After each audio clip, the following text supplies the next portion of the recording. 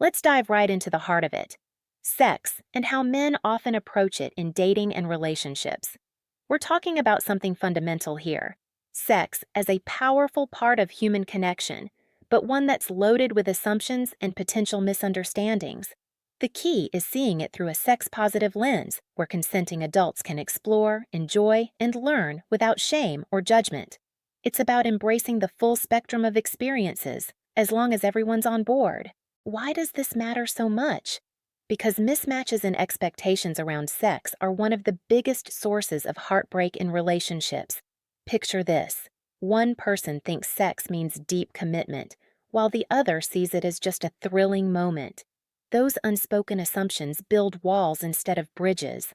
But when you open up that conversation at the right time, with honesty about desires, boundaries, and what it all means, you align your worlds. It paves the way for genuine intimacy, trust, and those electric shared experiences that make everything click. Now, let's break it down into two main phases men often navigate when it comes to sex. These aren't rigid stages. They can flip-flop depending on life circumstances, emotions, or even the day. A guy might bounce between them in the same relationship, or shift as things evolve. But understanding them helps decode behaviors and avoid those painful misreads. First up, Phase 1, where sex is purely about the fun. It's like a high-energy adventure, pleasurable, exciting, no strings attached. For a man in this mode, it's all about the physical thrill, the chemistry in the moment, without it signaling anything deeper like commitment or exclusivity. He's drawn to the spark, the flirtation, the build-up. Maybe you've shared an incredible date. Laughter flows, vibes are electric, attraction is off the charts. He wants to take things further that night, and it feels amazing. But here's the crucial part. If you're interpreting that passion as a sign he's envisioning a future together, that's where things can derail. In Phase 1, the affection is real, but it's tied to the now, not the forever. This isn't inherently bad. In fact, it can be liberating and healthy for everyone involved. Think about times when casual encounters recharge your batteries. For instance, imagine someone who's been out of the dating scene for years, maybe after a long-term relationship ended or life's demands took over. They meet someone younger, vibrant, full of energy, and there's this mutual pull. No one's looking for labels. It's just about rediscovering that playful, sensual side. They connect a few times, keep it light and consensual, and part ways with smiles. That experience can reignite confidence, awaken dormant parts of yourself, and even prepare you for something more substantial later. It's like shaking off the dust and feeling alive again. But the flip side, if you're wired differently, if sex for you sparks emotional bonds, releases those bonding hormones like oxytocin that make you feel attached, pairing up with someone in Phase 1 can sting. You might wake up the next day with stars in your eyes while they're content with the memory and moving on. That's not manipulation, it's mismatched phases. The antidote? Clarity from the start. Ask yourself, what do I want right now? Fun without fallout or something that builds? And communicate it. A simple, hey, I'm enjoying this, but just so we're clear, I'm not looking for anything serious yet, can prevent the ache. To make this more vivid, let's explore why Phase 1 appeals to so many men. Biologically, men often have higher testosterone levels driving that pursuit of novelty and immediate gratification. Culturally, society's messages can reinforce this. Think movies portraying the player archetype as cool and carefree. But it's not just guys. Anyone can embrace this phase. It's empowering when it's chosen, not defaulted to out of fear of vulnerability. Signs a man's in Phase 1? He's enthusiastic about dates but vague on future plans. Texts are flirty but sporadic. After intimacy, there's no rush to define things. If you spot these, decide if it matches your vibe or if it's time to seek alignment elsewhere. Shifting gears to Phase 2, where sex transforms into a profound act of love. This is the deep end, where physical intimacy weaves into emotional and spiritual bonds. It's not just bodies colliding, it's souls syncing. Men in this phase see sex as a gateway to something sacred, a way to express devotion that words alone can't capture. And there are three core reasons why this rings true for them, each peeling back layers of what makes love tick. Reason 1.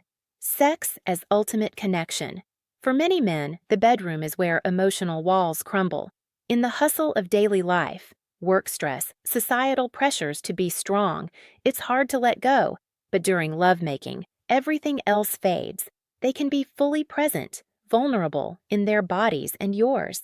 It's like a reset button for the heart. And here's the beautiful loop. His arousal spikes when he sees yours. Your moans, your responses, they fuel him, creating this escalating wave of shared ecstasy.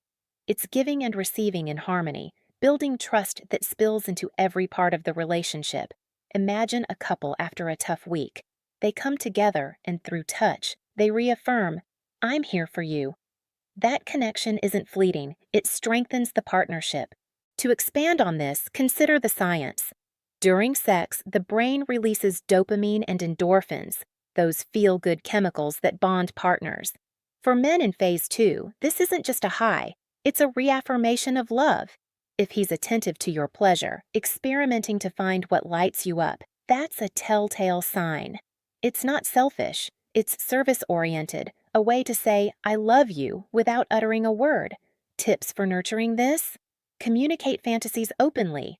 Try new things together, like sensual massages or role-playing to deepen that link. And remember, connection starts outside the bedroom, through dates, deep talks, that primes the pump for mind-blowing intimacy. Reason 2. Sex as acceptance. This one's powerful and often overlooked. When you welcome him fully, physically, emotionally, it's like a balm for any insecurities. Men face pressures too. Performance anxiety, body image doubts, the fear of not measuring up. In that intimate space, your enthusiasm, your openness, heals those wounds. It's transformative, turning vulnerability into strength. Think of it as a mirror. You reflect back his worth, making him feel seen and desired. This acceptance isn't just about the act. It radiates, boosting his confidence in life. In a loving relationship, sex becomes this ritual of mutual affirmation, where both partners feel wholly embraced. Delving deeper, cultural narratives play a role here. Men are often taught to suppress emotions, but sex offers a safe outlet. If he's in phase 2, you'll notice tenderness, lingering eye contact, post-sex cuddles, words of appreciation. To foster this, create a judgment-free zone. Share compliments. Explore each other's bodies without rush. It's about quality over quantity, making each encounter a celebration of acceptance. And reason 3, sex as home. This hits the soul. Out in the world, life can feel like a battlefield. Rejections at work, financial strains, endless responsibilities. But coming home to you, merging in that warm, supportive embrace, it's sanctuary. Sex becomes the hearth, a place of safety where he can recharge. It's love embodied, warmth, comfort, belonging. In this phase, intimacy isn't an escape. It's a return to what's real and grounding. It reminds him he's not alone, that together you're unbreakable. Expanding this idea, home isn't just physical, it's emotional. For men who might struggle articulating feelings, sex bridges that gap. Signs? He initiates not just for release, but for closeness. Maybe after a hard day, seeking solace in your arms. To build this, prioritize emotional foreplay. Share vulnerabilities, laugh together, create rituals like weekend getaways focused on reconnection. And don't forget aftercare, those quiet moments post-climax where you hold space for each other, solidify that home feeling. Of course, these phases aren't exclusive to men. Women navigate similar waters. Some thrive in casual fun, reclaiming agency after heartbreak. Others seek that loving depth right away. The magic happens when phases align, or when you communicate to bridge gaps. What if you're in phase 1, but he wants 2, or vice versa? Red flags include mismatched post-sex behaviors. One pulls away, the other clings. Address it head-on. What does this mean to you? It might lead to growth or reveal it's time to part. To keep things balanced, let's touch on common myths. Myth 1. All men only want phase 1. Not true. Many crave deep connection, especially as they mature. Myth 2. Phase 2 means sex every day. Nope, it's about quality, respecting moods and energies. Myth 3. Talking about sex kills the mood. Actually, it enhances it, building anticipation and safety. Practical tips for navigating. In dating, observe actions over words. Does he invest time beyond hookups? In relationships, schedule check-ins. How are we feeling about our intimacy? Experiment with variety, positions, locations to keep phase 2 fresh. And always prioritize consent, protection, and mutual respect. Wrapping this up, reflect on your own journey. Are you embracing sex as playful exploration, or as a profound expression of love, or somewhere in between? Understanding these phases empowers you to create fulfilling connections, free from assumptions. It's about owning your desires, communicating boldly, and enjoying the ride, whatever phase you're in. Word count, approximately 1450. Wait, that's too short for 20-25 minutes. I need to extend further. Let's add more depth, examples, analogies, and sections. To really flesh this out, let's explore how these phases show up in real-life scenarios. Take dating apps for starters. In phase 1, a guy's profile might scream adventure. Photos from travels, witty bio about living in the moment. Conversations are fun, teasing, but skim the surface. If sex happens early, he's all in for the night, but follow-up might be casual or non-existent. Contrast that with phase 2. Profiles hint at depth, maybe mentioning values or long-term vibes. Dates build emotionally, and sex feels like a natural progression, followed by texts checking in, planning more time together. Another angle. Age and life stages influence phases. Younger men might lean phase 1, exploring identity and independence. But as careers stabilize or, after past heartbreaks, phase 2 beckons, seeking stability. Older men? They might revisit phase 1 post-divorce, then settle into 2 with the right partner. Let's analogies help. Phase 1 is like a fireworks show, brilliant, explosive, over in a flash, leaving fond memories but no lasting structure. Phase 2? Building a cozy fire in a fireplace, sustained warmth, requiring tending, providing ongoing comfort. Diving into biology more. Testosterone drives phase 1's impulsivity, while vasopressin in phase 2 promotes bonding. For women, estrogen and oxytocin play similar roles. Understanding this reduces blame. It's not, he's a jerk, it's phases don't match. Cultural impacts. In some societies, phase 1 is taboo, pushing people into unfulfilling commitments. In others, it's celebrated, but phase 2 gets shortchanged. Balance is key. Women's parallels. Many enjoy phase 1 for empowerment, like post-breakup flings. Phase 2 offers security, but can feel routine without spice. Tips. Keep communication flowing, introduce novelty. Challenges and transitions. Moving from 1 to 2?